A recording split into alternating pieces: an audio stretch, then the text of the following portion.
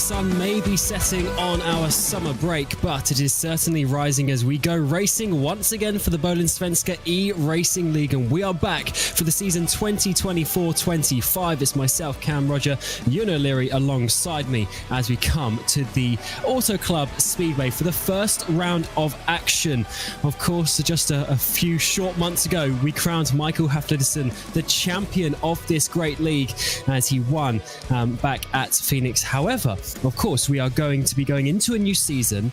Haflidsson and his team are no longer with us, so that opens the door to a new champion. May it be Jesper Eriksson, who of course won the regular season in such style last year. However, he fell short during the playoffs and wasn't able to get the job done when it mattered at that final race in Homestead. It's going to be a long season. We have 14 races this time in the regular season, and then a 5-race playoff ending in Phoenix this year in the desert to crown our champion. As I say, we start here at Auto Club. We go to many of the famous tracks in North America, the likes of Talladega, Homestead, a double header in Iowa before finishing up at Daytona for the regular season. Then the 5-round playoffs of Las Vegas, Dover, Richmond, Michigan, and of course Phoenix. That is going to be a fun one. A nice short track to end the season.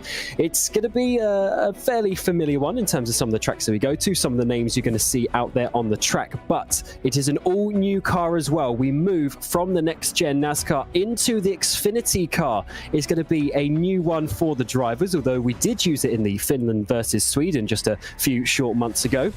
And it went down so well, they decided to keep it going. And of course, next week as well, we start the road version, the road series here for Bohlin Svenska Eracingligan, where we'll go IndyCar racing as well. So loads of racing coming your way each and every week between now and, of course, May next year. Ewan will bring you in, as you did, of course, do the Finland versus Sweden not too long ago. You got your first taste of what this community is like. It's a good group of guys, and we go racing once more. Yeah, looking forward to a full season this time round in this series, and looking forward to this Xfinity car as well. I really enjoyed Finland versus Sweden, I've got to say. It was a unique way of counting up scores and so on and having a race, and very much enjoyed the twists and turns that we had throughout that one. However, very much looking forward to a full season this time around, with playoffs included towards the back end of next year as well. It's going to be a long season, as you say, but should be a fun season, and there's plenty to talk about and get used to in this opening race.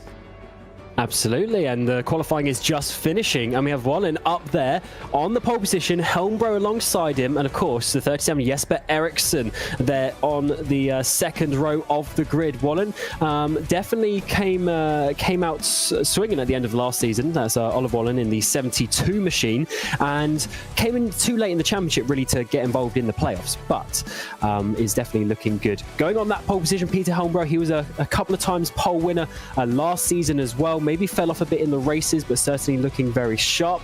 Linus Brustrom, of course, series organizer, is up there in 5th place as well. Let's look at the full grid, though, as we see the new cars and the new liveries for this new season of racing. Oliver Bohlin, Peter Helmbro on that front row, with Jesper Eriksson and his teammate Oscar Fredriksson on the second row. Linus Brustrom and Dominic Savicki there on the third row. Robert Eriksson is in 7th, with Melvin Åkesson is in 8th place. Aroldsson, definitely one to look out for the championship there in P9. Skogland, the sponsor of this race, in P10. Then we have Temendo in P11 and Forsland in P12. Of course, a huge grid of drivers. Heukenschott is there in 13th place, with Helm in 14th. Hagman, Lundberg, Nyholm and Gantz rounding out your top 18. Kenneth Tier will be in 19th place, with Dahlstrand in 20th. Strömberg, Bjorn Broström, leads his father there in 22nd. Feff and Zachrison rounding out. Then we got Hagström, Holmbaum, Reinbach, Vang, Motin and Nordgren in P30, and they keep on going. It's a big old grid here. Alto, Bratberg, Forshall, Wildebur, Pebbles, Kinnell. See quite a few names returning from last season, but also good to see some new names coming in as well. Blomqvist, Dan Holmer down in 38th place, and Stiller, your 39 cars for this race. It's certainly a big grid of cars, Ewan, as we see some of the drivers. There's Oliver Wallen, and I just wonder, first race of the season, how do you enter lap 1? Well, with caution, I think. Getting through this opening race, getting off to a good start is a great place to be, but what a great position it would be in to win this opening race. And I think with so long to go until the playoffs, if you've got serious designs on winning the championship, I think you are going to go for this race win. For that burden off of your back throughout the rest of the season, you'll certainly want to confirm your place in those final 5 rounds, or at least in the first round of the playoffs anyway. So that would take a significant weight off your shoulders here at the first race, and with so long to go until you have to think about points and whether you'll make it or not, I think we will see maybe not so much caution and maybe people just going for it really, and trying to win the race to alleviate that pressure for the remainder of the season. Absolutely. As you was mentioning, the playoffs are a big factor for these drivers to think about. We have the, of course, 14 races before then. If you get yourself a win, you're basically confirmed to be in the playoffs. Because, well, there's 15 places in the playoffs, 14 races. So that is looking good. But then it'll come down to all of the extra bonus points. So you get 5 bonus points for the playoff with a race win, 1 per stage. The stage here today, we've got 109 laps here for the Trashcar Customs, 350 at Auto Club Speedway.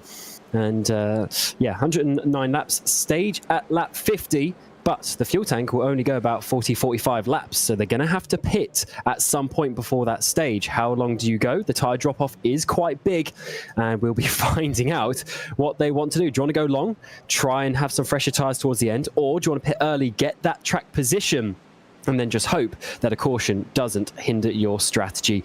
It's going to be a tough one. A new season is underway, and the Bohlin Svenska Eracingligan is surely going to be the place to be. Every Thursday evening here over the next few months, the Trashcar Custom Opening 350 is about to get underway as we start a new season. Who knows how it is going to end, but these new cars are surely going to be a new challenge for everyone. Oliver Bohlin gets us underway as we come down towards turn number 1. They look to get away fairly nicely in the background.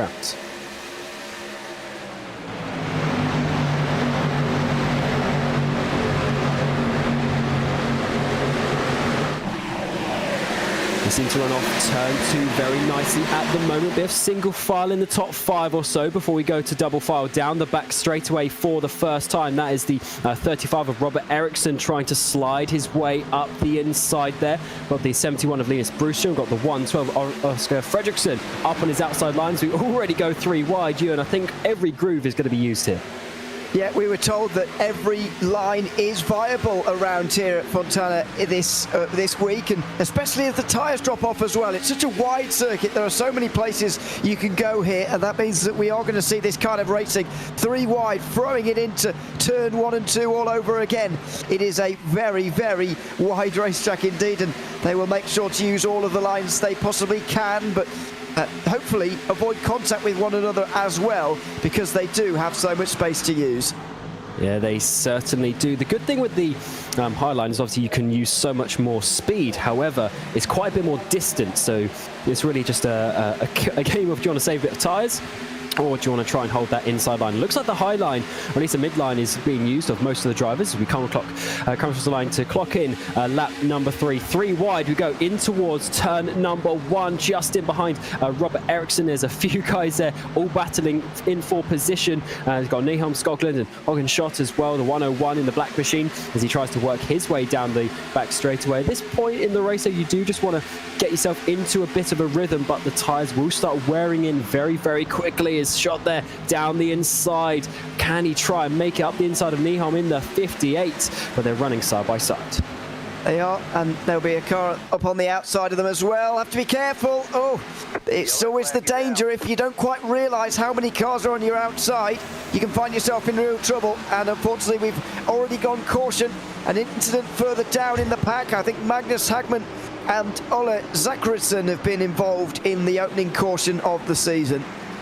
Yeah, it didn't take long, did it? 2 miles around here, so we got 6 miles into the race, into the season. Unfortunately, we get the first caution. We do, of course, have a race time limit, I should say. So 109 laps, but an hour and 45 minutes, whichever comes first. We should have time for some in the region of about 6 or 7 cautions there. Someone getting loose in that white machine. Then it was the 39 there going around, I think just about avoiding contact with some other cars, but he himself, going for the spin, brought out that caution. I think it's thankful for everybody that was near the back, so that not many drivers got involved within it. Brief pit stop for Magnus Hagman, as far as I can see on the timing. Not sure whether that was just starting for the pit lane or what was going on there, but after just 3 laps, everybody faking it, but nobody coming in. It would be slightly ludicrous to see anybody taking tyres here. Yeah, absolutely. And also, filling up with fuel doesn't really make much sense because you've literally just used 3 laps of it. But the tyres, and this is an interesting one. We discussed this before we went on air. Last season, we had 5 sets of tyres per race. We now only have 4, and the tyre wear is higher than last season. So in a race where you're expecting to do 2 stops minimum, so you're going to need 3 sets of tyres, you only have that 1 extra set to use at some point. So if we get a caution at the right time, maybe that'll be the one. But surely it's too early now to sacrifice this first set already. It absolutely is. 4 sets of tyres, as you say, should be split into quarters, I would argue, throughout the day. And so I would want to see these first set of tyres go 30 laps. Personally, I know that's not quite splitting it directly into quarters, but it's as good as you can get. So that 30 is around where I'd be pitting in first time round. However, if we do stay green for a long time after this, then you'd want to be sort of going and running down the fuel tank maybe to at least a third of the way through the race. So that would be 36, 37 laps in this race. That's when I'd be wanting to see. But so, you know, very surprised to see anybody coming in. We have had a few takers down in the pack, and maybe they will see some benefit, but I don't really see the point with so few tyres to change onto and such a race as this. It's a puzzling call for me. Absolutely. I guess if you're down the back though, you've kind of got nothing to lose, and maybe there was some damage in there for some drivers. Looks like, yeah, definitely was some tyres being taken as well, so they think it's going to be useful, but we'll have to find out if that is the way to go. Because you have to think as well. Excuse me. I think as well. The main reason to go on new tyres is to have offset to some other people, to say they stay out 30, 40 laps, go basically a full tank, but you pit a lap 20, you're going to get 20 lap undercut. We're told it's about 2.5 seconds over the full tank. So after half tank, that's a second a lap that you're going to be gaining on them. Whereas right now, it's probably going to be at max a 1/10 of a second. Exactly, it is not really worth it, I would say, as there's the race information, the important things. The stage on lap 50 is an interesting one, since the fuel can go about 45 laps around here at the very maximum. So how do you split that one? Do you try and split the first part of the race in half? But certainly pitting this early on would be a strange decision. We'll see if we need those 2 green-white checkers as well at the bottom of the race information. I'm not entirely sure if we will or not. Hopefully we get a greener race than that, though, and a longer run to the very end of the race as well, because it is more interesting, in my opinion, when we've got a nice green flag run to the end. Absolutely. So what we've got at the front now is we've got Oliver Wallen there in the 72 machine, and then next to him is Jesper Eriksson in the 37. And Jesper was the driver I mentioned earlier. He, of course, was basically the favourite for the championship last year. It didn't quite work out, and in the end, he actually finished 5th in the championship due to being the last of the playoff runners. Let's see if he can have a better run this season, but he has to make it to the playoffs, and with that, he needs to first get a win. And this is the first opportunity to do so. Oliver Wallen will take us back to the restart of the Trashcar Customs opening 350 here for the Bohlin Svenska Eracingligan as we get underway once more, and we get the run down towards turn 1. And what start that was from Oliver Wallen, who's really stepping up level by level in this series. Around the outside is going to be for Jesper Eriksson to hold on to that second place. Peter Helmbro in the Cyan machine on the inside line might just lose out from Brewstrom coming around the outside. Yeah, here comes the run from the outside. Sawicki going to be pushed along just about. Goodness me, that was a really hairy moment for Fredriksson as well in the 112. Just about hung on to it. Helmbro still alone really on the inside, but now we'll have some friends maybe on the exit of 4. The rest of them run around the outside of him all over again. He just squeezes up in front of Fredriksson. There's some very very close moments, and nobody taking it easy early in the season, that's for sure. Yeah, and already some rear ends wiggling around after just a couple of laps on these tyres, as Hellbro drops back quite a lot over the course of that lap. Eracingligan, of course, getting past as well in that famous livery in the number 24. Someone's off to the inside there. I think that was Helm in the 517. Comes back up. Lost a couple of places though. Fredriksson at least gets in for P7 as Aukson makes his way up inside the top 10 as well. On your screen is still Peter Helmbro with the 5-7 Helm now getting up the inside of him. They're going to slide up towards the wall on the outside, leaving each other loads of space this time around. Yep, and to the end of another lap again here. And the battle between the top and bottom line is one that I've not really decided which is winning for the moment, to be honest with you. It is pretty close as far as that goes. Ericsson and Bohlin again close to one another through turns 1 and 2. Ericsson holding on to the lead, but the two so close together. Looks like they might just be side by side into 3 and 4 again. Yeah, they certainly might do. Such a fun racetrack. You know, it's not just one where you're going to sit behind and follow. You can go side by side, and that is what Ericsson's trying to do. Round the outside of Oliver Wallen to take the lead. It's going to be the long way round because, of course, it's not a straight start finish line. And as he come across the line, is he going to lead the lap? He should do. Of course, there is an extra couple of points for leading a lap in the race as well. I'm sure he'll lead many more. We still go side by side through turns 1 and 2. Oliver Wallen has that inside run. Should have that track position, but does he have the momentum as we come out on towards the back straight, up towards the wall they go, they squeeze each other, and Wallen chops him off as the 37 has to sit behind. And these Xfinity cars do provide fantastic racing, but these drivers are providing it as well. They're being very aggressive with one another, I've got to say, especially in terms of fitting back into line on the high side next to the wall, which you do spend a lot of time next to the wall around this circuit, making sure you've absolutely got space just enough to slot yourself into line that we're seeing. A long line at the moment early on in this race. There's a look back from the very front of the race, and you can see that nobody really going anywhere near the white line at the very bottom. It's all happening towards the wall, and when you are so close to the wall, the proximity to the wall makes it very well, dangerous indeed in terms of getting damage, in terms of sliding up into position. But so far everybody's managed it with only just that one caution as we go on board with Linus Broström looking at the inside of 3 and 4 for second place here. Absolutely, and one thing we have to remember is quite a few of these drivers have changed teams as well. So Aurudson, who was the teammate of well, and also Fredriksson here, as well as Jesper Eriksson. They're all teammates last year, but they've all disbanded and joined some different teams. So there is Aurudson on the inside in the 24. He's now part of MABI Bright Esports, now Linus Broström's team, and Oscar Fredriksson here, and also Jesper Eriksson. They have joined Sim Race Sweden. So a few different driver changes, a few different teammates out there. I'm sure they're going to remember who their friends are, though, if they ever need a helping hand at some point during the season. And there's Fredriksson, who came up very slowly but surely over the course of last season. He ended up finishing 10th, so he did get himself at least through the first round of the playoffs. He wasn't able to progress much further, but certainly a driver up and coming, and he was actually looking very strong in the Formula 4 series we had as well. It is the Bright Esports 1-2 though, as Broström finally gets past Eriksson there, although the 37 does get the run, but Broström just cuts him off there. Is the up and under going to work? It might do down the back straight away.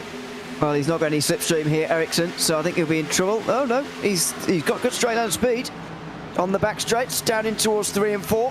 Have the inside though. Never really fancied the inside line through 3 and 4 actually. It's kind of it makes you run a little bit poor onto the front straight, but Eriksson's doing okay here. He's just going to struggle without the slipstream again now though, and the momentum, and Helm is going to really close in as well in the light blue in 4th position, looking to maybe take advantage of this, maybe make it 3 wide, as you can already see visually these drivers going slower than at the start of the race. We're already at around half a second drop off, only 14 laps in. Yeah, absolutely. Helm, he's racing for Hell Racers. Seems like it's his own team in that number 55, up there in 4th place, challenging some of the best in this series. Eriksson still tries to hold it to the inside of turn 3, but the outside for the 71 is looking very nice to hold on. He can just run up nicely towards the wall, and hopefully the 37 doesn't follow him and push him in there as they continue to go side by side. It's definitely a racetrack where you are able to do that quite nicely, and then we come in towards turn 1, and Eriksson has to come back up to cover that one off. But you can really dive down to the inside of turn 1, down towards turn 2 here to cover someone off, which is kind of what Brewster's doing. But you see the 37, he stays high to try and get that momentum, but no, just not enough to stay in. So yeah, looking very nicely and calm at the moment in time. Here's Kenneth Tier, of course, returning from last season. He was also a driver who had a few good runs up towards the front. He's down at 15th at the moment. Yeah, qualified 90th, so he has made up a few places. Just up ahead of him right now, by the way, is Peter Helmbro in the 13th position, the number 58, and he has been struggling so far in this race. He's dropped more than anybody else inside the top 20 at the moment, so he surely will be, maybe not easy pickings for Kenneth Tier here, but might be able to make a move as he has a look at the inside, just seeing what's what on the way out of turn 2. Side by side just up ahead of him. He's going to stay in line on this occasion, but such a big field, so busy all the way throughout. Everybody's still on the lead lap happily as well, and so far clean and green racing in this second run of the race. Yeah, it's a nice track actually to start the season, really. It's not necessarily a difficult track in terms of the driving skill required. It does need some finesse and fine-tuning to get the speed through the corners, of course, but it's not one of these tighter tracks where you having to absolutely slam on the brakes in the corners. Sorry, and isn't Bristol going to be a shock in 2 weeks' time? That is not nice. Yeah, round 2 of the season, absolutely, but we are having a bit of a dogfight up towards the front here. Helman, Savicki, the 55 and the 517, I should say, and the 6 are having an absolute titanic battle here towards the front. They've swapped position a few times over the last couple of laps, and now they go side by side once more on the exit of the final corner, and the 517 will get the run down the front straightaway, but I don't think the 6 is done with this. Yeah, Helm was closing on the battle between Brostrom and Ericsson because of side-by-side going on. Now he's involved in it himself. So Wiki on the outside line, Ericsson on the very inside, and this is the view from Oscar Fredriksson on those up ahead. Ericsson's not going to get anywhere here. His momentum off onto the back straight wasn't good enough, but Sawicki's might well have been. Might be enough down the inside of turn 3. He goes very low, one of the lower lines we've seen, although the 24 is even lower. Arvidsson in behind. And let's see 3 wide on the exit of turn 4. Can Arvidsson get involved? Maybe get a double move down the front straight. No, that's covered off by the 6. But he's certainly getting involved bit by bit, as this is the style of racing. You sort of gain a couple of inches every lap, and at some point you'll be able to dive it down the inside. So the 6 again holds a very tight line, washes up a little bit mid-corner. And it seems like Helm is trying to use that momentum on that high line to keep Arvidsson at bay. He's going to be blocked off by the 6, though. Can he get the space to the inside? No, he's just going to push Draft down the back straights. Yeah, so he'll take the gains from just pushing on the way towards turn 4. Arvidsson goes very deep, though, into 3 and 4, and now Oscar Fredriksson's right there. We're on board with him again about a lap and a half after we were previously, and look how much closer he is than last time we were on board.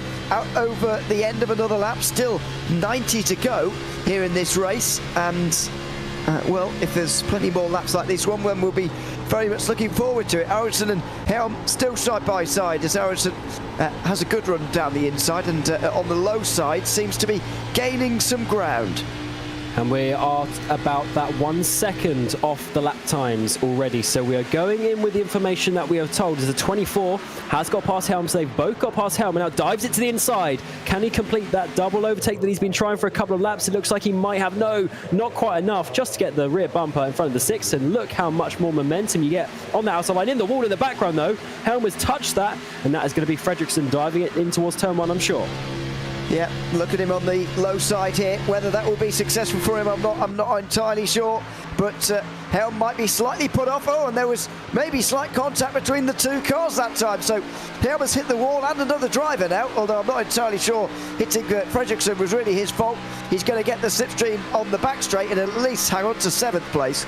Unfortunately, gets through as well in the 002 car.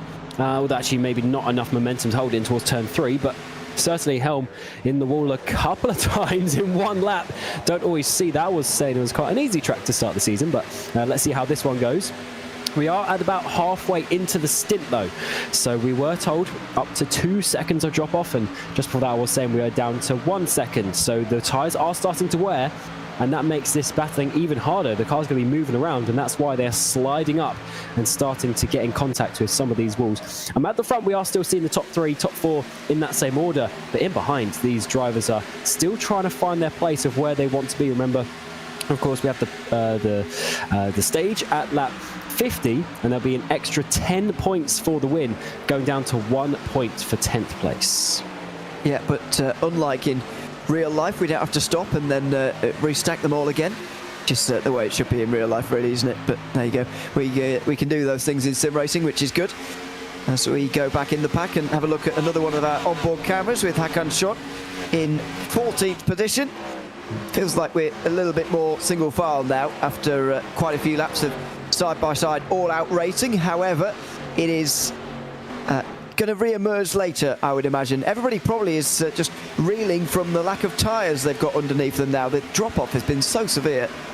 And when the drop-off is severe like this, even 5% makes a big difference. So when we get later in the stint, you're going to see the drivers who looked after their tyres a little bit better will come out and be literally tenths of a second quicker. And I think we're going to be slowly getting to that stage very, very soon.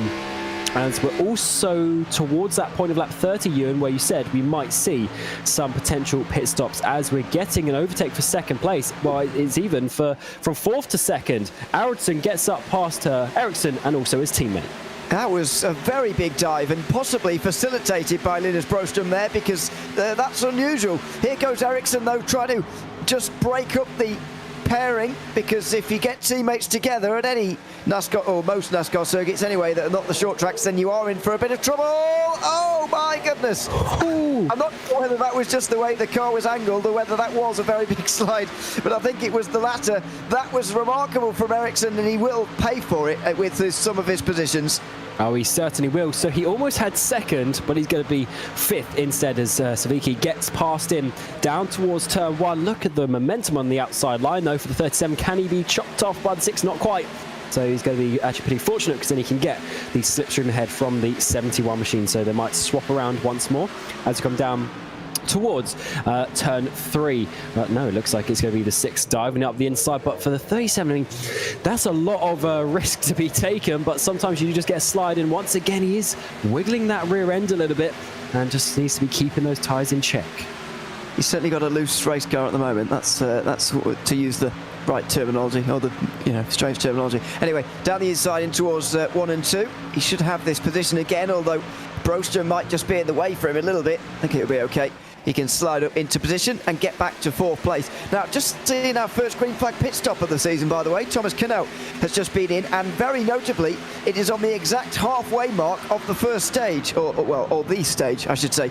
So, it is maybe a ploy to take some stage points. He was quite a long way back anyway, so I'd be surprised if it was a ploy to take some stage points, but I wonder if one of those drivers towards the front is going to split this stage in half to try and maximise tyres, or whether they will just worry about the end of the race instead.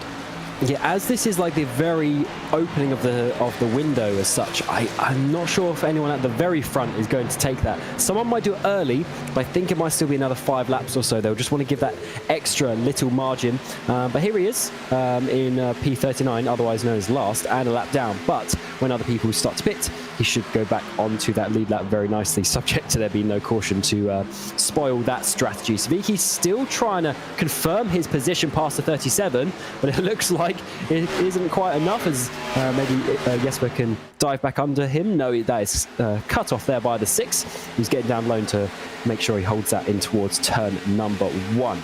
Or maybe not, actually, because Jesper's going to dive at last minute instead. Oh yeah, pushing into turn 1 and then deciding to make the overtake anyway. Slightly strange, but anyway, through he goes on the inside. It's almost like a replay of a couple of laps ago.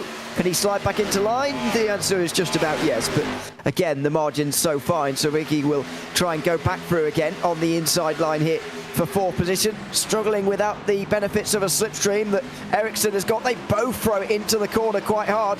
Broström again sort of in the way, not really by any fault of his own, but he is just halting both of these two from making a proper overtake. And these guys are really struggling for grip now, down to almost 1.5 seconds off the pace. And that is, I mean, that's quite a lot, considering we're, I mean, we call it 4 corners, but it's really only 2 corners on a track, and you're losing that much time. You know, about 7/10 or so each corner. It's a lot of less speed that they're carrying out onto the straightaways. As we're getting Oscar Fredriksson confirming himself in this battle as well. They pulled away a little bit from what's turned into Melvin Åkesson in 7th place. He slowly worked himself up from his grid position. Well, so where he was the end of lap 1, he dropped down a little bit. Now he's dropped back up, jumped back up into P7, and is now well on this battle, trying to get involved with his teammate Jesper Eriksson. Yeah, so it's all pretty close for 3rd place as Bohlin and Eracingligan get further and further away. There's the view from Oscar Fredriksson. So Vicky looking at the inside of Eriksson here. Will he stay alongside by the time they get to the back straight? I think he'll have to slot into line again here. And he does, right in front of Fredriksson. And maybe into 3 and 4 they'll throw it in as we get to lap 30 in this race. We really are starting to get to the stage where pit stops will be thought about, but green flag pit stops are going to be not the norm, put it that way. We will see a bit of waiting around for those as we continue on with this race. Oh, slightly in the wall, Eriksson there, I think, and he will lose the place as a result. Yeah, double overtake from Fredriksson being completed there. That's a nice, easy one. Gets past his teammate Eriksson and also Savicki. I wonder if Savicki was a little bit part of that, but he dives down the inside. And Savicki is actually part of Bright Esports as well. He's not part of the MABI Bright Esports of his teammates Bohlin and Eracingligan up ahead for the team's championship, but he is there, another Bright Esports member. So they are looking very good with 4 drivers inside the top 6. Diving up the inside there, not enough though. You can just see the momentum you have on that mid-line. You lose a couple of car lengths on the entry, but then you gain it just mid-corner onto the exit as Eriksson into the wall again. Yeah, 2nd time in 2 laps for Eriksson, and so Vicky's going to try and go through here for Bright Esports, who have started very brightly, I've got to say, in this season. They're points team champions from 23-24. Looking to get off to a very good start here in California, although round the outside for Eriksson, he'll hold the place with the momentum off of turn 2, and so hangs on to 5th place, and he's going to have to concentrate now on not hitting the wall after turn 4 for the first time in a few laps. Oh, as Eracingligan goes to the front, one by one, he's made his moves, and now he takes the front here on lap 32 as he slides up to the wall at the exit of turn 4. He's got his teammate Oliver Wallen. They're starting to pull away from their 3rd teammate Linus Broström in behind, as it is all 3 of the MABI Bright Esports teammates up there, 1, 2 and 3. They're looking good so far, but we still have a pit stop to come in the next 10 laps or so as we work our way towards the first stage here on lap 50 for the Trashcar Custom Opening 350 at Auto Club Speedway. And it's hard to read just yet who's actually looking good, because we need to see what the strategy is going to be. We need to see how that is going to work when we get later in the race. And who knows, another caution might, just change the ideas for some drivers. Well, I can tell you exactly what a caution right now would do. It would make everyone pit, I would suggest, after 33 laps. Somewhat surprised not more have decided, you know what, might as well try and come in. Oscar Motin now has also been into pit lane. There's a long way behind Thomas Cannell. I'm not entirely sure where Cannell is actually in the field, but I bet he's making up some positions wherever he is, or unlapping himself at the very least from those around him.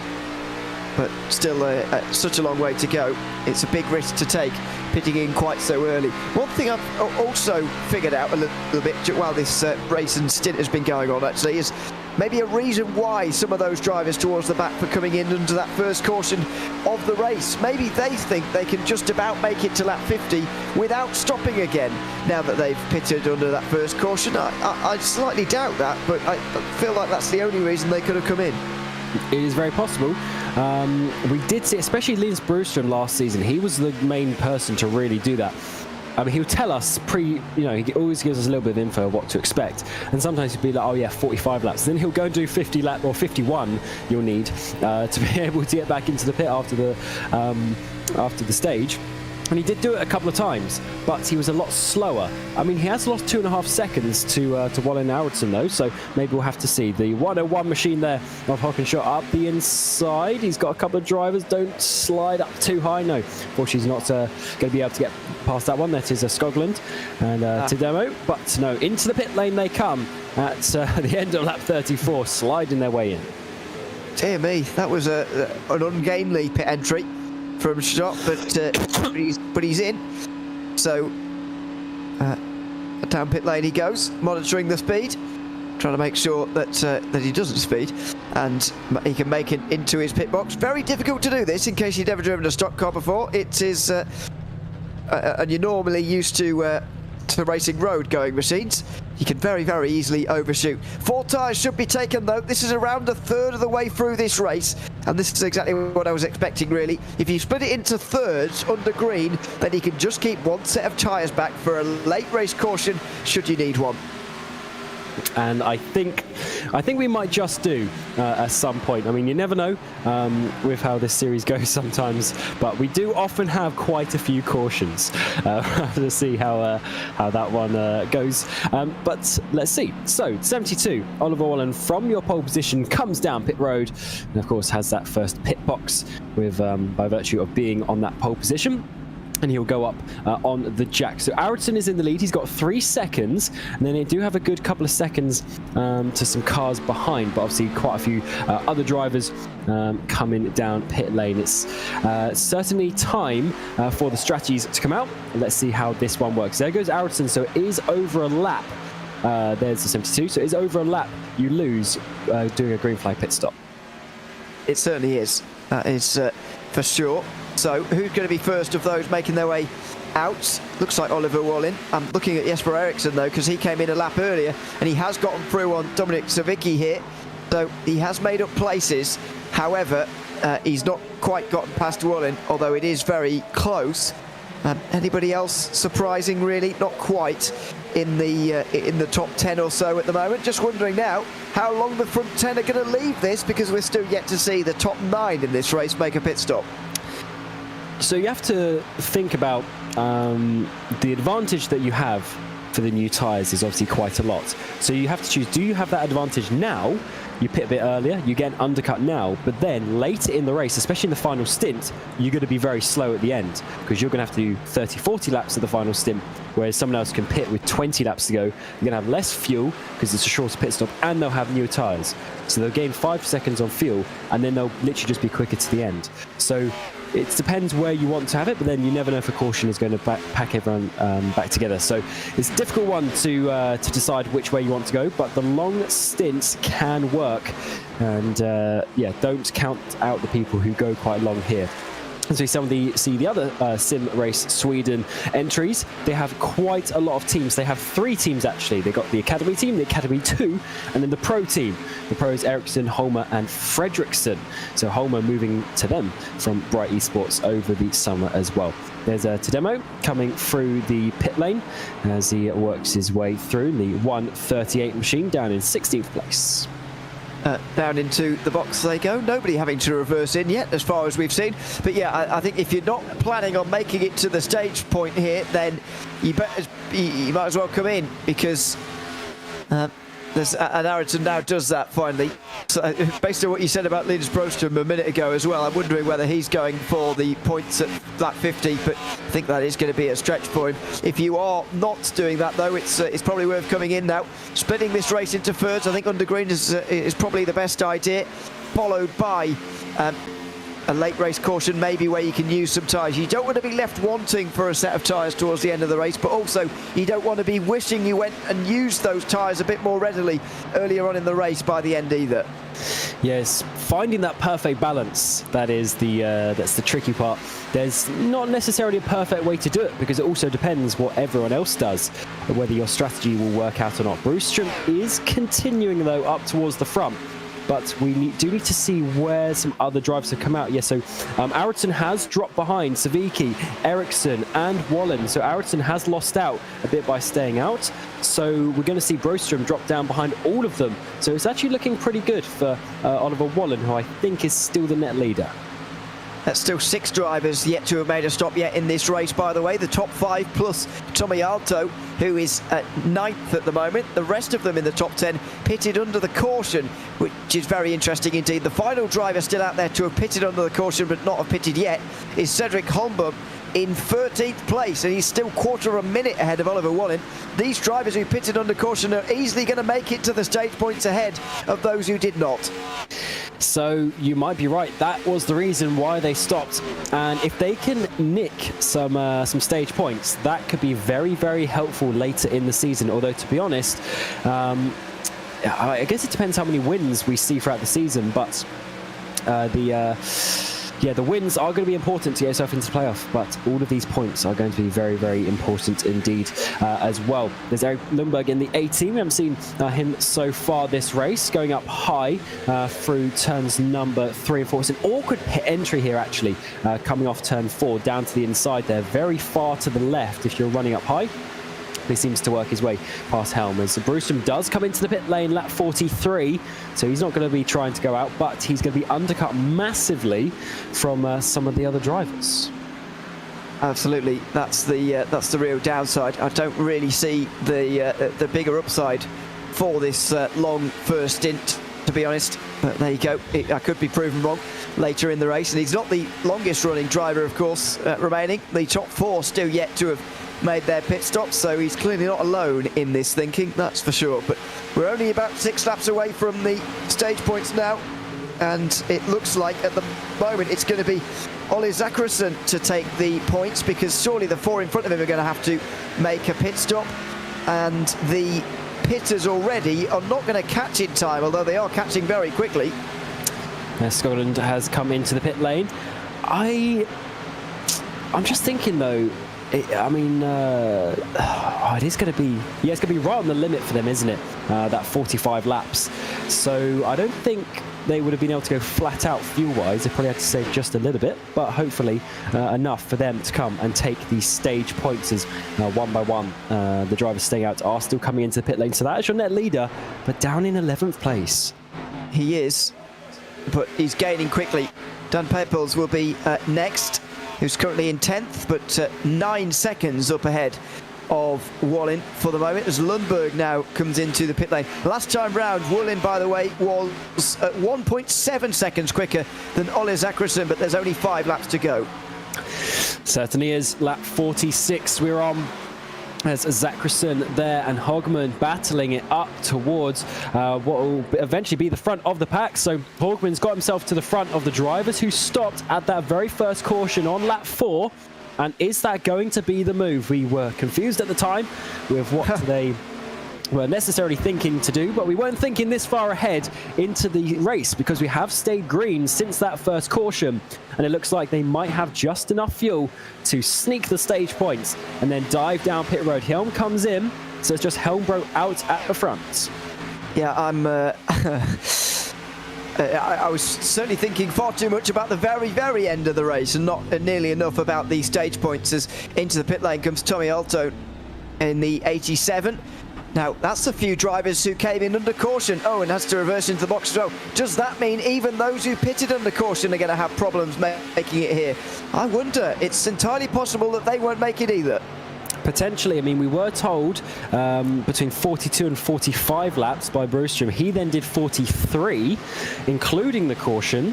So it might be a little bit close, but if you want to save those, save that fuel and get those extra points, then you're certainly welcome to try and do so. So Bohlin is now up into 7th place, and he's only actually 9 seconds behind Bjorn Brewstrom in the 41 machine. So we are catching. They won't catch quickly enough though for lap 50, unless there's anything absolutely major happens up towards the front. But if that does, I'm sure a caution will come out, and that will hinder the overtaking opportunities anyway. I wonder if Helmbro is holding back on fuel just to try and get these stage points. Certainly just up ahead of the 2 chasing, Hugman and also Zachrisson as well in 3rd position. Very, very interesting race situation, I've got to say. This is why long green flag runs are great in NASCAR, and why we should get rid of throwing cautions at stage breaks in real life, because long green flag runs are fascinating. You can allow the strategy to really unfurl, and that's exactly what we're seeing at the moment. Very, very interesting indeed, as Ericsson and Savicki go side by side. This is for 2nd of those who have only pitted under green so far. And Savicki's doing a good job. Up into net 2nd place. Eracingligan is a good 3 seconds behind. So this is very interesting indeed, as Hogman has got Helmbro. So Helmbro is yet to pit in this race. So we're coming on to lap 50. Is Helmbro going to make it, or is he going to be just 1 lap short? Maybe that is why he obviously lost so much speed, because he was saving that fuel. So on to lap 50, Helmbro, who has not stopped, might just sneak a few points as well. It looks like Marcus Hogman is going to be the one to take the points, as unfortunately, Holmer couldn't quite make it to the stage. Neither could Daniel Blomqvist either, who comes in right behind, so flies into the pit box.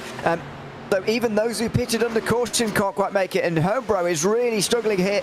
Is going to splutter over the line, I think, for lap 50, but just about going to get the points. It's either going to be 8 or 9 for Helmbro, but it's going to be the full 10 for Marcus Hogman, who qualified down in 15th position.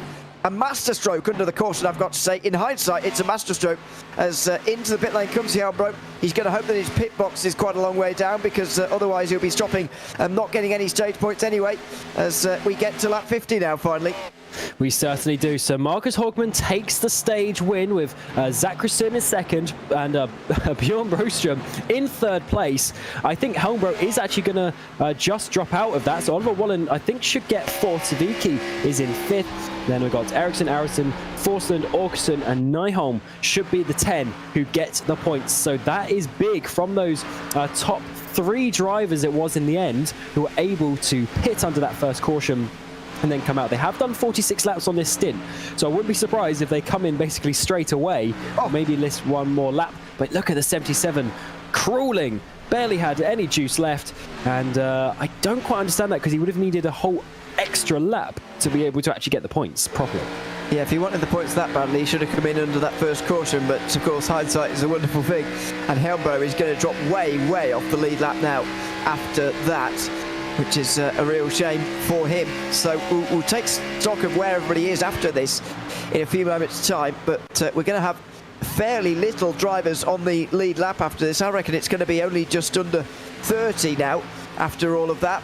And Zakrasson, also Broström come in immediately. Hogman can clearly make it 1 more lap, and then he makes his way into pit lane, successfully having got 12 stage points and of course a playoff point as well.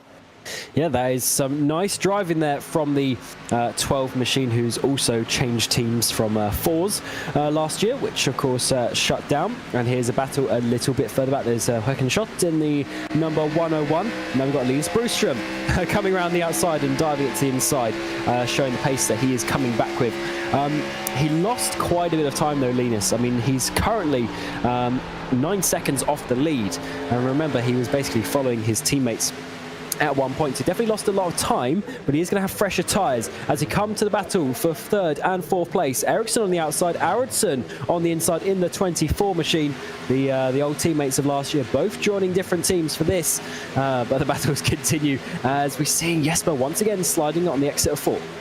Yeah, and Ericsson's going to just, excuse me, oh yeah, it is Ericsson, excuse me, trying to get into the slipstream and then have another go into turns 1 and 2. But this very much feels like the race situation we had before all of the madness of pit stops throughout the last 20 laps or so, which is when it was really kicked off and the field was really spread out and nobody was really sure where anybody was, or I certainly wasn't.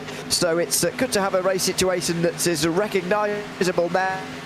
We have 29 cars on the lead lap still, with the cars all over this oval, and a very busy racetrack indeed.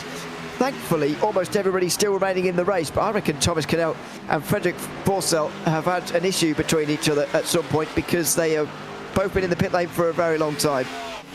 Yeah, absolutely. So it's turning into a race where we are still not 100% sure of the long-term strategy of, is this sort of undercut as such, let's call it, is that going to be the one with the drivers now who have the track position, or is the faster tyres at the end going to be the one?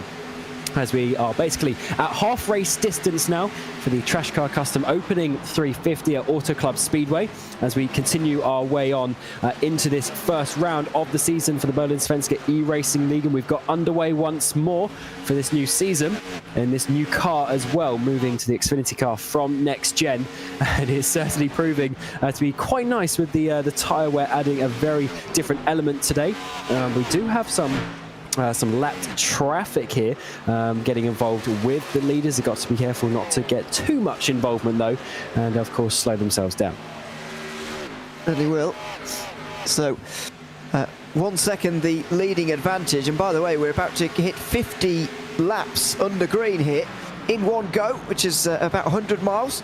Wonder how long it would take us to beat that, whether we'll go longer on a green flag run this season shortly on, or whether not. I would imagine in a couple of weeks we probably won't be having very long green flag runs at Bristol, but a few rounds after that we could have some long runs. But yeah, I can't express enough how different these first 4 rounds are. I mean, Auto Club's very unique in its own right. In fact, someone's scraping along the wall in the background there.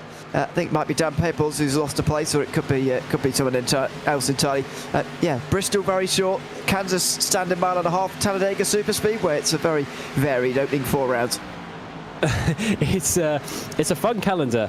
Well, to be honest, most tracks on the calendar are very interesting, but certainly the ones that we have are a good one. I can't wait to see the doubleheader Iowa as well. I want to know how this car's going to work at that track. This could be very interesting indeed. Then of course we go to New Hampshire as well, which we didn't last year. Nice little shorter track as well. They are the fun ones, although the super speedways are pretty cool.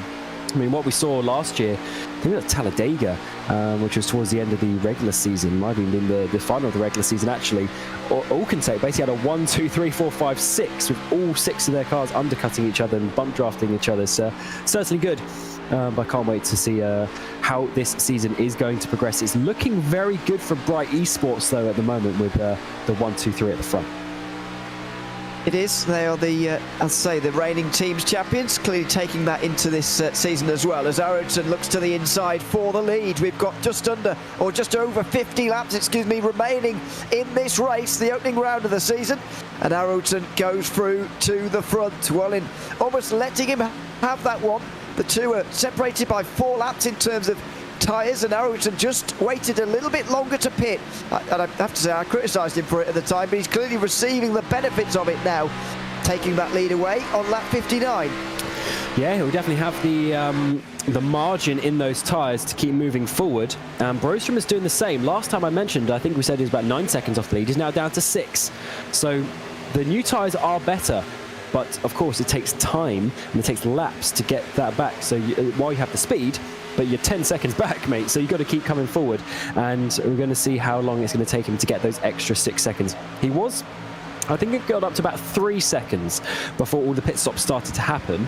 So he is getting there to where he was previously. But then hopefully he can then make advances on that. And of course, we are going to be looking up towards somewhere around, I guess, lap between 70 and 90 or so for those final pit stops. But yeah, sort of depends where you pitted last time round. But I would expect if it was up to me anyway, I'd be in around lap 70 actually, maybe just after 72, 3, 4, something like that, to make a second pit stop. And that leaves you with a third of the race remaining, but also leaves you a set of tyres as well if you want it. That was a close free wide moment between, I think, 2 battling cars and a lapped car as well. I'm not entirely sure where the 200 is in the field. Who's that? Patrick Pfeiffer in 30th place. Not sure why he was so close to everybody there, but anyway, this is NASCAR, of course, and blue flags don't mean jump out the way immediately.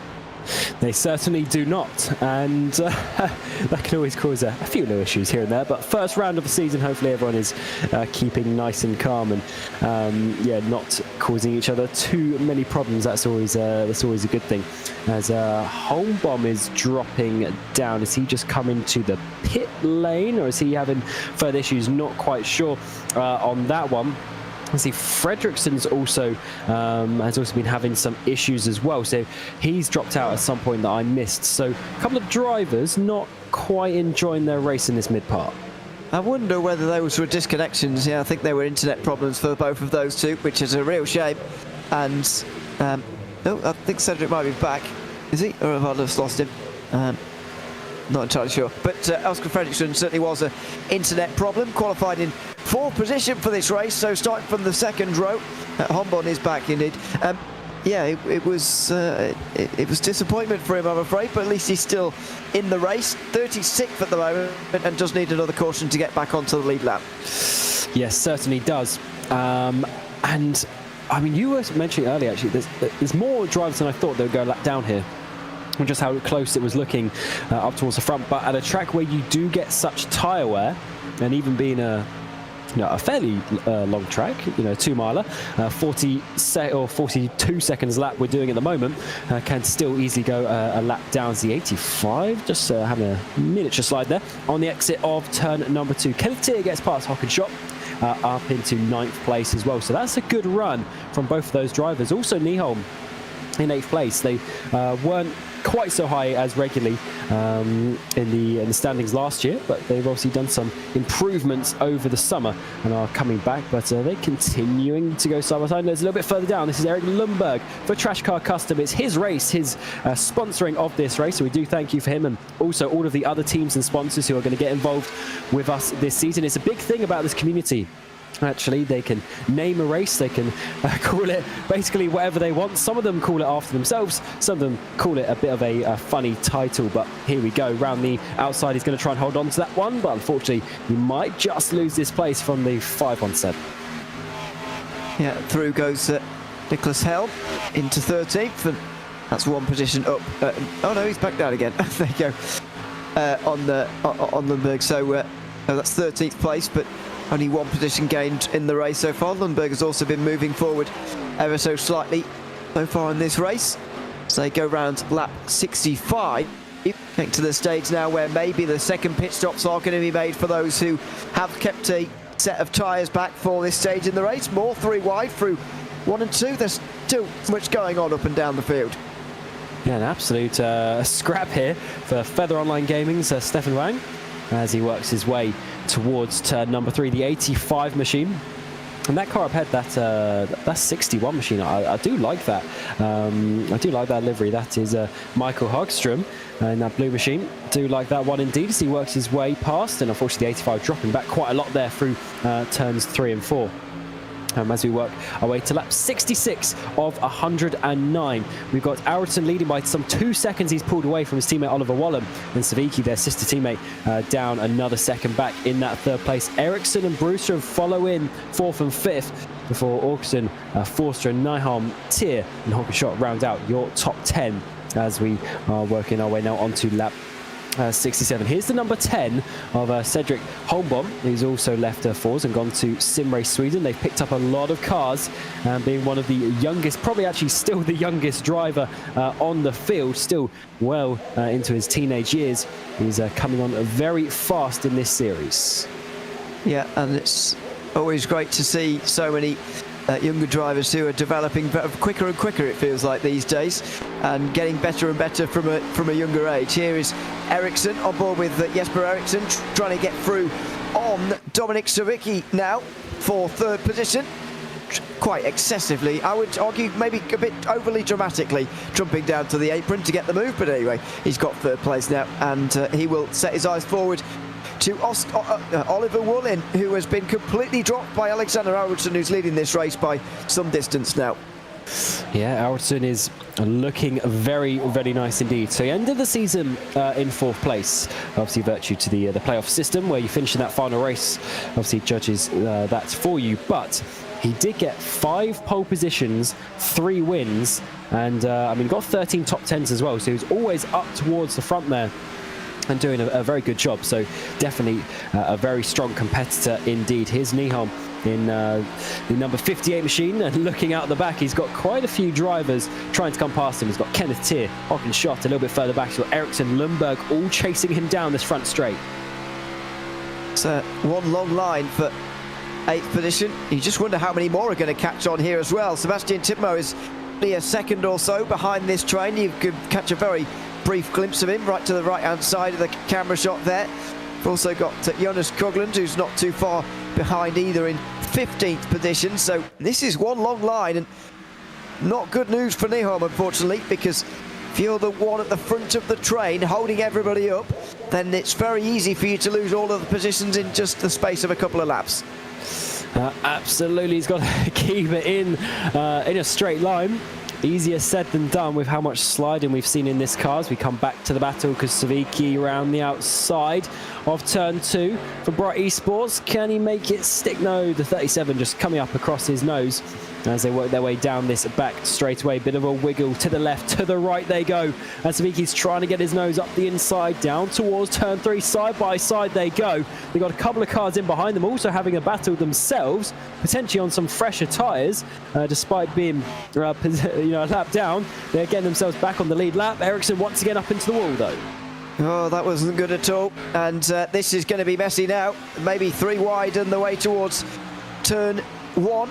Eracsson looks to, he tries to pull out on the outside of the car in front and then very nearly went straight into the side of Savicki. That could have been very awkward, but he will get the pass done now. That was all very awkward. This is what happens when you get so deep into a race and people are trying to unlap themselves, people are trying to do whatever, just run their race, do whatever they're doing, and it gets very awkward, some of these interactions.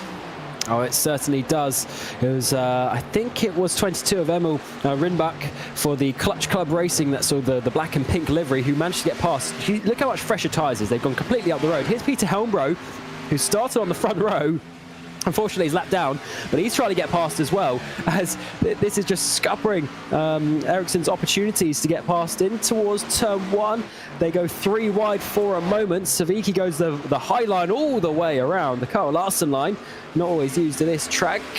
Not quite good enough, but he'll get the switch back and then down this back straightaway. Unfortunately, there's a bit of slipstream though for Eracsson in behind Peter Helmbro. Is it enough to hold on? No, it's not, because the 6 is still there as we get towards turn 3. This is going to be a problem for Savicki, I think. Ericsson's going to have the room around the outside and the slipstream again. Oh, and more. How many times is he going to hit the wall off of turn 4? He keeps getting away with it, though. And he's still third somehow. Even despite hitting the wall, he's okay. Yeah, where's that meme? He can't keep getting away with it. That is Jesper Eriksson in this race so far. And to be honest, this is what hindered him in the playoffs a few months ago. Was in the playoffs, he seemed to just get involved in some more wrecks and some more wall contacts more than any other driver. Of course, that's due to him pushing to the limit, as he always does. We know he is a racer at heart, but got to be careful, because I can't remember exactly which track it was. It's one of the short tracks, maybe Richmond towards the end. He slapped up, did a wall tap like that, and it pushed the front end into the wall, and he might just do it once again. Well, this is remarkable. The amount of times he's managed it and gotten away with it is quite unbelievable. Edvin Forsland has gone in the wall in a big way, and we avoid caution. Oh, he avoids the wall as well, luckily. That was a pretty hefty hit on the wall, but the fact he's kept it going, facing forward, is something we can all be grateful for, because we take green despite his run through the grass. Yeah, that could have been very easily a big impact, or at least just a sideways moment enough to bring the caution out. But we continue under green flag racing. We are lap 74 of 109, and we are continuing the race on. We go to Robert Eriksson, who's down in P10. He's got Nyholm in the green machine up ahead of him in the 58 that he's trying to chase down this front straightaway. And it is a nice little battle that is getting involved. They do have some extra cars in and around them just to add some more intrigue into this one. And let's see how it continues for them through turns 1 and 2. Looks like they're just going to be split up by Eric Lundberg in the 18 machine. Yeah, it's very busy still out there on the circuit, and these guys about half a lap behind the leader, by the way, so that just shows you again how spread out the field is getting. But there's still so many in the field and so much action around the circuit in this very big group we were talking about earlier on. Nyholm generally losing positions here one by one, and Lundberg, I think, is going to be the latest to make up a place. Yes, a nice one there. And let's see how this one continues in towards turn 1. And yes, there he goes. Up the inside, we've got the Håkan shot in the 101 machine as we come down this back straight. So nice little four-way battle that is working their way towards the back straight now, onto lap 76 of the race. Realistically, they're not actually too far off the lead. Bratberg is in the pit lane, we just saw there, as he will no, he'll be able to get to the end from there, though it is a bit of a stretch as Håkan Schott comes in to take that opportunity as well. Yeah, so this is around the time I was expecting, maybe a little bit later than what I was expecting actually, in terms of those final pit stops. They will be final if we stay green here. If there is another caution before the end, I think we will see more pit stops made, of course, under that caution. However, for the moment, this is the final planned pit stop for a lot of drivers. At the moment, though, if this race stays green, Alexander Aronson is in a stupendously strong position, I would argue. He seems to be the quickest on the circuit by some distance. He could afford to stay out for a couple of extra laps once his closest rivals, make their way into pit lane. And there you go. Speaking of, Jesper Eriksson's in. You won't see Aronson react for a few laps yet, I wouldn't have thought. Yes, I think he'll do the same again. Wait a few laps, get that offset. Well, obviously, he's already at that offset, and he will then continue to have that few laps of offset once they come back into it. So he might have a double jump as such, or will he just cover it off by the same margin? We'll have to find out as we get towards the final pit stop time, potentially final green flag pit stop at least for these drivers. You never know if a caution comes out, but surely if it does, everyone will jump in and take some brand new tyres as the tower's moving all over the place with people moving up and down as Oliver Bohlin from pole position comes down pit road. Yeah, it is. It's a decent place for him to be. Not quite pole anymore, but he's been running inside the top three for some time now. Into the box he will go eventually. There's his final box, making sure he hits his marks, stops in time. And he'll get another 4 tyres with about 30 laps to go. So what kind of undercut is this going to give him ahead of Aronson? I think he's going to have to be out there for at least 3 laps before Aronson comes in if he wants to get in the lead, but he's not going to be allowed to as the 24's in. Yeah, that's a very good point, because Aronson had such a margin of those good few seconds that he is able to defend from any sort of undercut anyway. So waited till his teammate came in, covered that one off, and with 29 laps to go, that is a nice fair number to come in. So Brewstrom, Linus in the 71 machine, their teammate continues on to take the lead as he went much longer in that first stint, and he's going to continue that one on. I assume he's not going to go as long, or maybe it's going to be the opposite. Maybe he's going to stay out, hope for a caution, something like that, as he's still in a pretty decent position. They had some gaps behind. No, he is going to follow them in. He will. So 36 laps out on the circuit, and Linus Brewstrom makes his way into pit lane.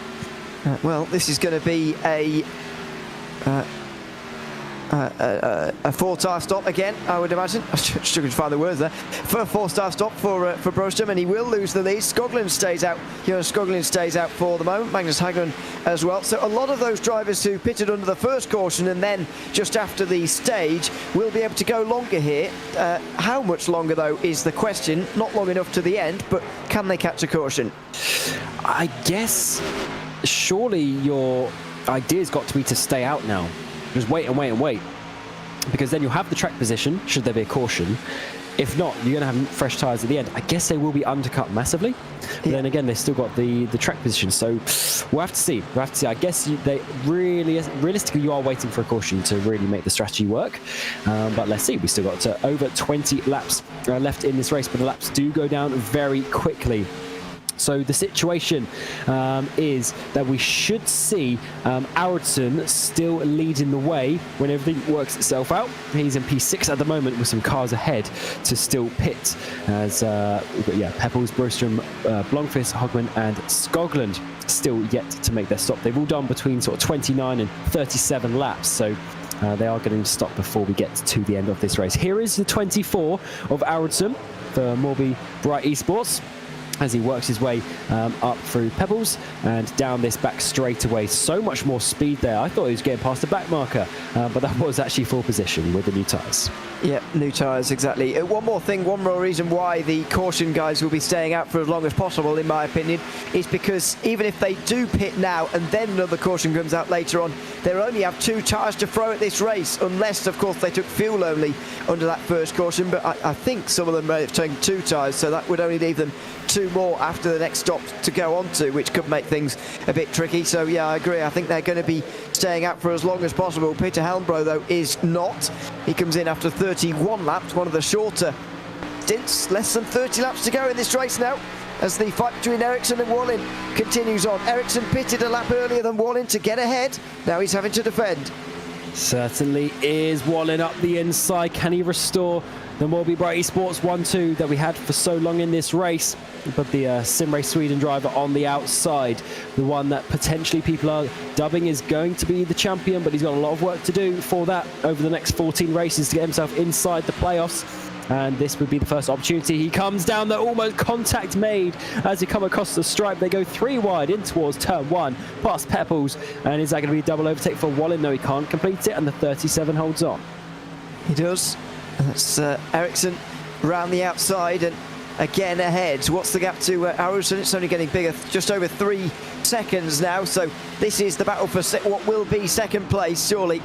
And you can imagine they're going to fight for this very, very hard until the very end. So Ricky needs to gain and take advantage of this as well. He's a second and a half behind them, and he can very much get himself involved if he puts some quick laps down while they're fighting.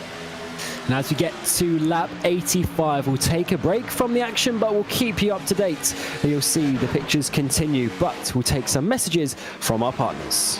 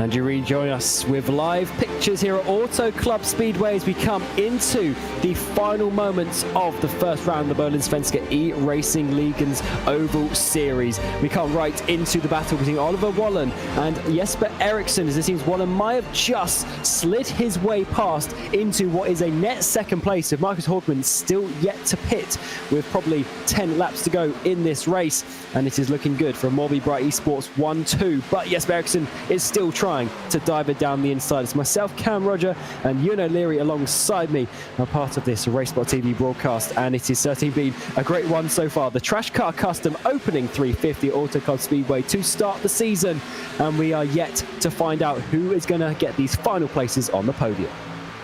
We are, and it's going to be one of these two, I would imagine, in second and third, or two of these two, but in what order is the mystery. Contact on the way down towards turn 1 and 2 as well last time around, just as we were coming back to live pictures, so it's clearly a physical battle, and again Eriksson is dicing with the wall on the outside. That's that time at the exit of turn 2. But we've got just less than 20 laps to go now, just on 20 laps to go. We are very much bearing down on the finish. Are we going to have an absolutely whopping run to the end of 102 laps? It would be extraordinary.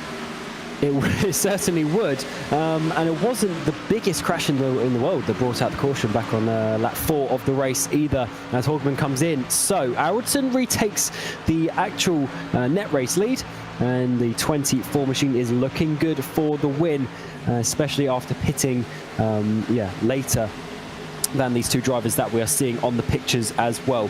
So we got Eracingligan on an 11 lap stint, Bohlin on 12, and then Jesper on 13. So basically they are in reverse order, 1 lap longer than each other. So Jesper is at a losing battle as such, with the tyre wear being such a factor. We've seen drop off of 2 seconds over the course of the stint as Eracingligan once more hits the wall on the exit of turn 4. I can't, even if you were counting on your hands, I think you would have run out of toes even by now for counting how many times Jesper Eracingligan has hit the wall off of turn 4. It's been extraordinary, and somehow he's getting away with it every time. So Vicky is the only driver realistically who can take him off the podium now. I think Bohlin has got second place signed and sealed, but it's about third now. Can the 6 get close enough in these final 17 laps, as it will be when they get to the line? Yeah, I don't know if Jesper's going to have enough. I mean, he's working the wheels so much. This, it's kind of the style, of course. Anyway, but I'm sure the wear that's coming into the tyres already as we get towards the mid part of the stint isn't going to be helping that. And especially as you have to push, it's not necessarily fun when you're pushing the vehicle, because the car just sort of gets a little bit unsettled. You want to be that little bit more harsh, a little bit more aggressive with some of the inputs, and then the car just starts sliding, and then it's a snowball effect. You don't want to be overheating those tyres. As we've seen some battles, Eracingligan has dropped down to 10th place. Kenneth Tier has jumped up into 9th, so that's quite an important one up there inside the top 10. There's some important points up there. Then a little bit further down as well in 17th place. Remember, all these drivers are getting points as well, so every position is a point, and that could mean something later on in the season when that can add up over 14 races. If you miss a position every race, that is quite a lot of points missed. It is, and those playoff places are going to be decided by a very small number of points, I would argue, so very much worth getting the position if you can, or any position that you can. 1 point per position, of course, apart from the gap between first and second, which is 5, but it's win you're in anyway, so it doesn't particularly matter how many points there is between first and second. As you can see, those we cycle through the field, there's so many battles still ongoing here in the other part of the field, even if the top 4 positions seem fairly secure for now. Someone that I've noticed has dropped down a little bit from where I quite expected was Linus Broström, 5th place, a 71 machine for MABI Esports. He's 11 seconds off the lead, and he was about 6 seconds off coming to that final pit stop, and he only pit sort of 1 lap difference really to the leaders, so it wasn't like he got undercut massively, but he's actually lost more time. So I don't know if there was some traffic involved there, maybe just a slightly slower pit stop for some reason, but just not the ideal way he would have wanted. P5 is still a strong place to start the season though, as he does look like he has Melvin Åkesson all sorted in behind. But look at this gaggle of cars down the back straight. I think this is Lundberg, the 18 of Lundberg, trying to make his way through a little bit further down the field in 11th place. He's got a lot of cars up ahead of him actually in a short space of time. So you've got Kenneth Tier, Nyholm, Schott all ahead of him. By the way, Linus Broström's lane time is the reason, is the answer you're looking for. 48 seconds in the lane, as opposed to about 44, is just what it should have been. His actual box time was fine, but I wonder whether he missed his box or whether he span on the way to pit lane or something.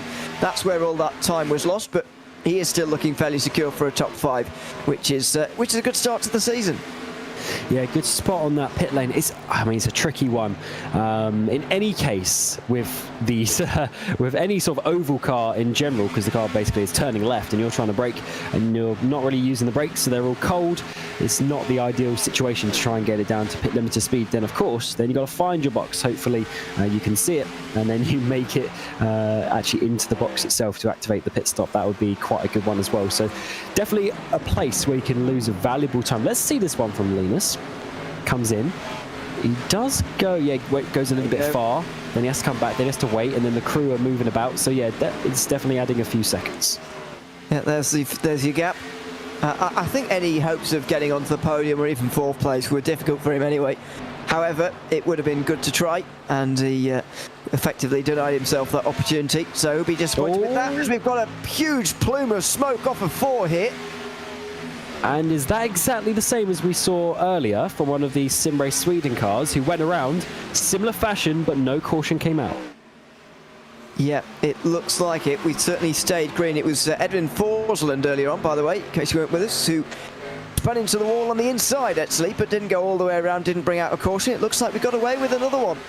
We have Zachrison and Bratberg in the pit lane now. I wonder if they span and then had to go in the pit lane, or if they were able to get to the right of the pit wall, like, as you say, like we saw Forsland a little bit earlier on in the races. Kenneth Tears moved up to 7th place. He's got past Hockenschott. What a race he's having. Must be one of his best finishes ever. Actually, Hockenschott in 101 gets past. It was Bratberg. So was that a late, yeah, I think that was a late decision. I think he was like, oh no, I need to get into the pit lane. That's what it looked like to me. Do you think? I don't know, it looked, well, I can't really decide. I think it looked like a normal spin to me, but you might be right. He certainly threw up a lot of smoke, but didn't quite spin round enough to, yeah, let's have a look here. Is he coming in? Not for me. I think he's just sliding. Crikey. I think he's just sliding, and then maybe decides to come in afterwards. But you're right, the move at the end to move left does make it look like he wanted to come in all along. Yeah, because the natural line would have been to move up a little bit more. So definitely a weird one with that. But either way, he ended up in the pit lane, whether he wanted to or not. It was sliding for a long time. Someone's up in the wall a little bit further back. And he's just scraping it. But I think that might just be okay with the Sim Race Sweden car at the back of this little train. And so they are obviously continuing on as it stands. We're on lap 100. 9 laps to go. And up towards the front. We got the 6 now trying to get past the 37. Oh. Can Bright Esports get a 1, 2, 3? That was so close to disaster between the two, by the way. Ericsson was squeezing Savicki so much, he nearly span himself straight into the inside wall, and it wouldn't have been the 6's fault because he was just standing his ground. That was remarkable. But Ericsson's run on the outside of turn 2 here should be enough to get the position back again. Yeah, hopefully for him, but the 6 is going to keep trying down the inside. For Bright Esports, he's going to go. He's going to come down basically to the apron, a line we haven't necessarily seen working today, but is there enough tyre life to hold it down as he come down this front straightaway? It looks like he's kept some pretty decent momentum actually, but the 37 will gain about a car length down this front straightaway. They do have Wallen not too far ahead. So actually the 6, who does have the fresher tyres of both Ericsson and Wallen, he might be able to make something work in his final few laps. Oh dear, that was close again. Ericsson pulls back to the inside all over again. This is going to be a fantastic final 7 laps between these two. We know that Ericsson doesn't leave anything on the table, not least with his own car and others as well. So Vicky's not going to give this one up either. I think Ericsson wanted to pull in front of the 6 there, but just couldn't quite do it.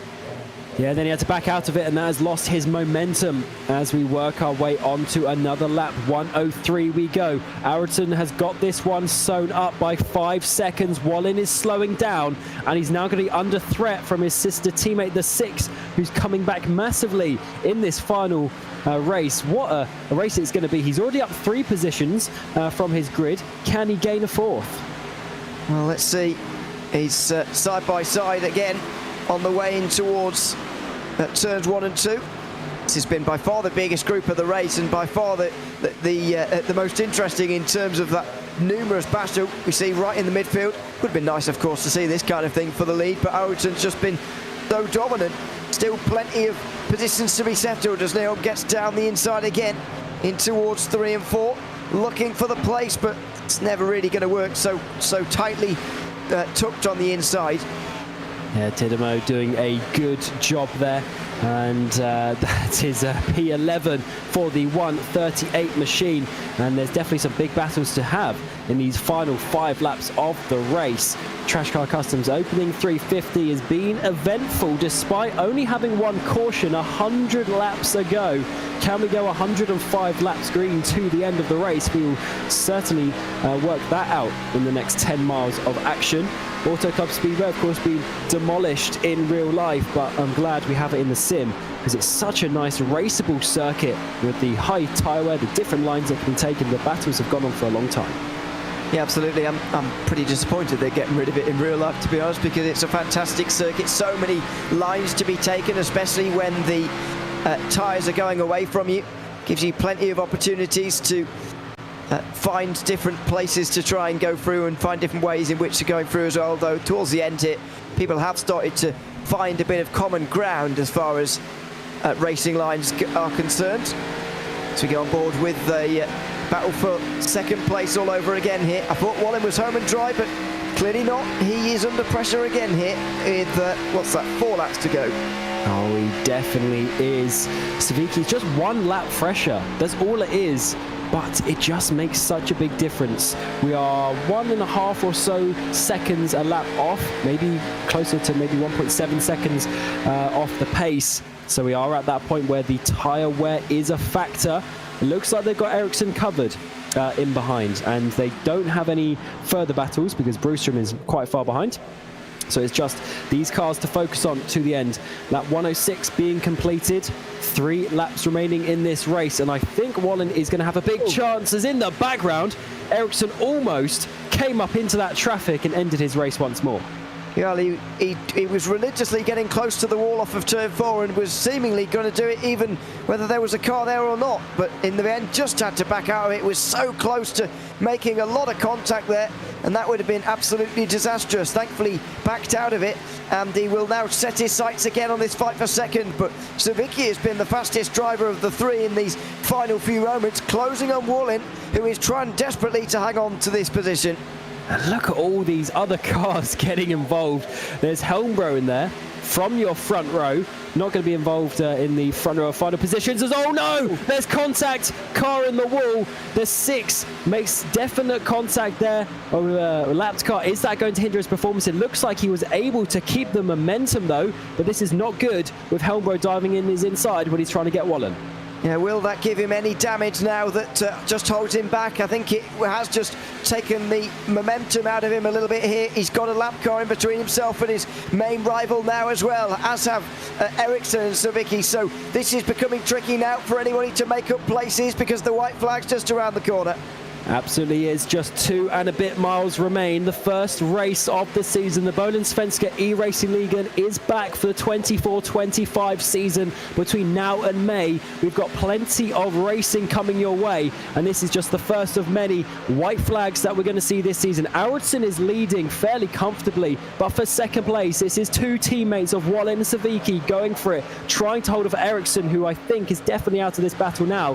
As we come out onto the back straight, is the 6 going to be close enough? No, he slides and he loses some momentum.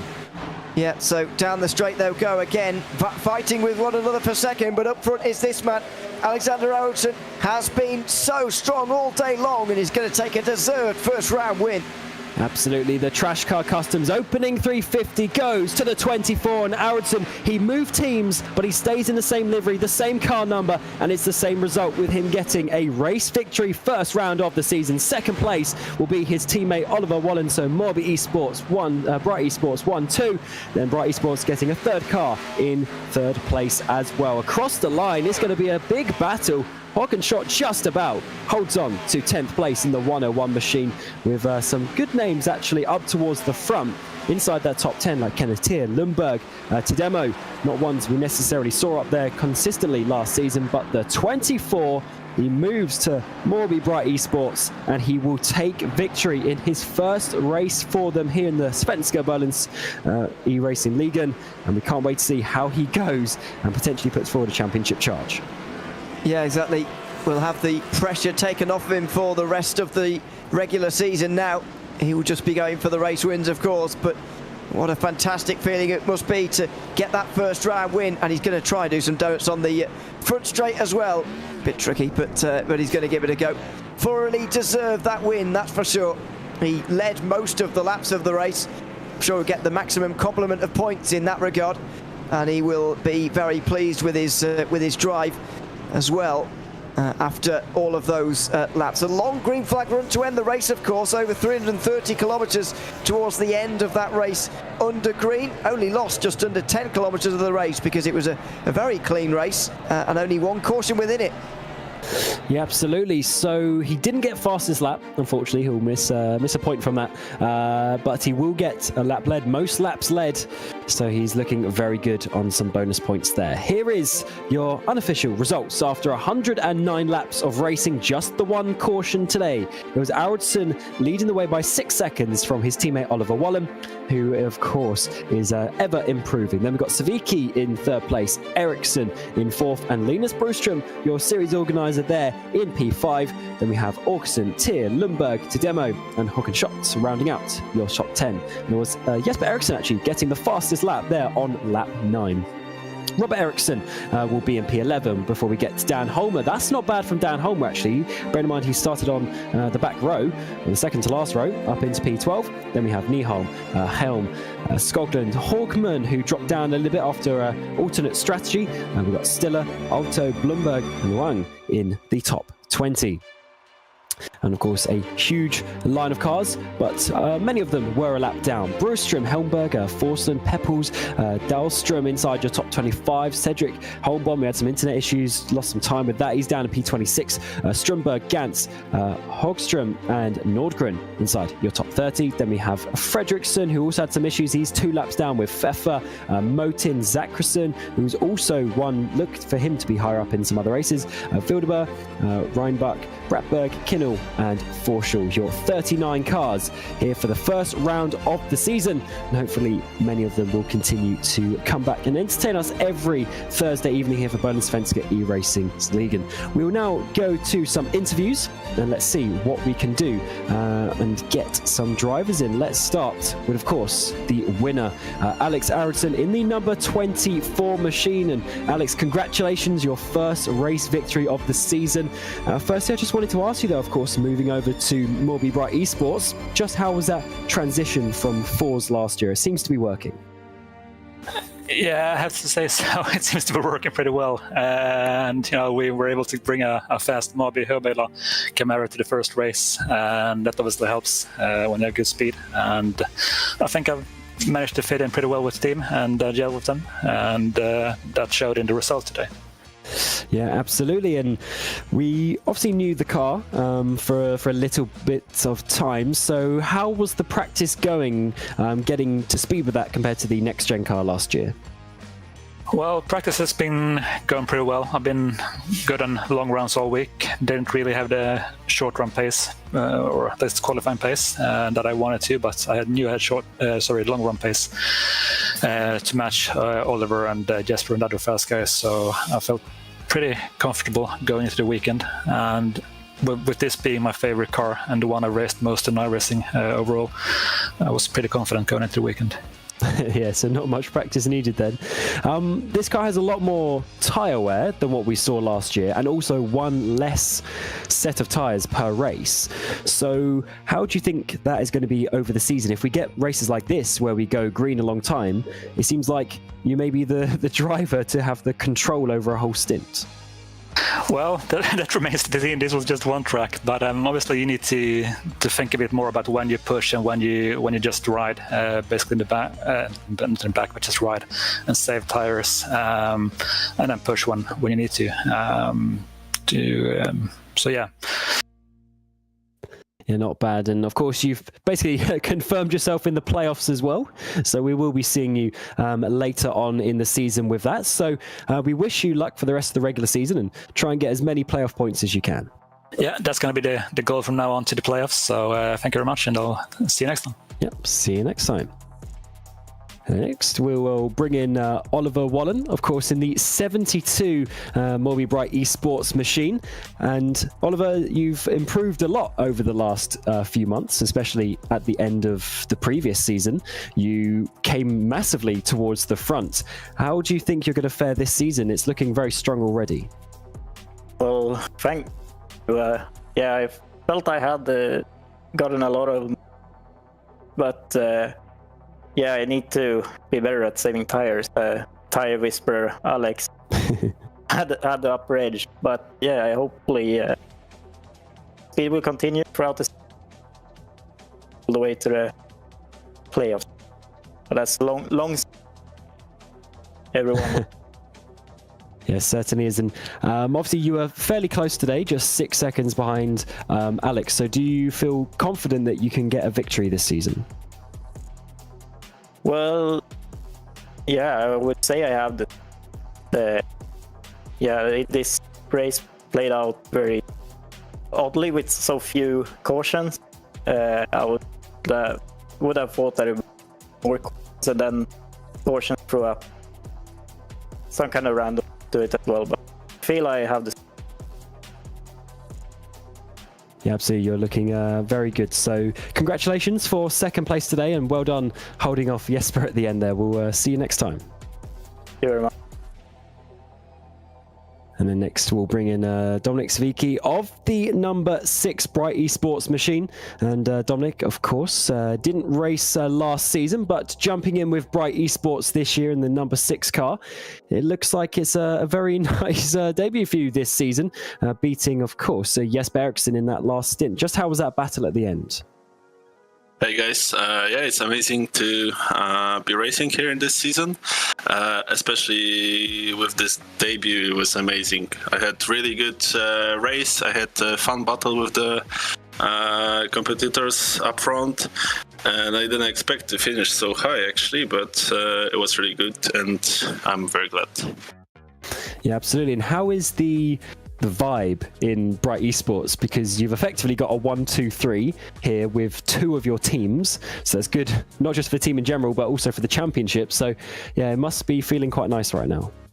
Oh yeah, it's amazing. Everyone is so happy, and it's cool to be part of Bright Esports. I'm very thankful that they actually messaged me if I want to race with them, and I had quite a long break, but I managed to race here, and it's great. The team, the atmosphere is amazing. So I guess we are onto it this season. Yeah, absolutely. And in a couple of weeks' time, we go to Bristol, a completely different circuit to Auto Club. How do you think you're going to fare at that track? In general, I like short tracks more, but Bristol is a little bit different, as you know. It will be a little bit random, I think, but I'll be glad to finish top 5 again, if that's possible.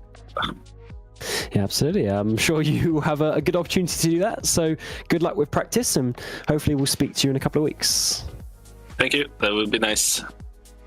Absolutely. So that was the top 3 and the podium here for the first round of the Berlin Svenska Eracingligan. The Trashcar Custom opening 350 went, of course, to Alex Aradsson. The 24 machine for MABI Bright Esports, they have certainly come out the blocks flying. A 1-2-3 finish for them. And let's see how this one goes. Still plenty of racing to go. We have 13 races left in the regular season. And the next one is the Bristol 300, the 12th of September. 8 p.m. Central European time. As always, myself, Cam, Roger, and Ewan O'Leary has been alongside me in the commentary box. We'll be joining you in a couple of weeks for that, but also next week we start the road course series as well. That is going to be a load of fun. So racing every week, alternating between oval and road, and let's see how this all goes. It's starting up again here for Berlin Svenska Eracingligan. We can't wait to see how it goes. As I said, it's been myself, Cam, Roger, Ewan O'Leary alongside me, and Hugo Luis doing the production of this RaceSpot TV broadcast. And until next time, we'll see you then.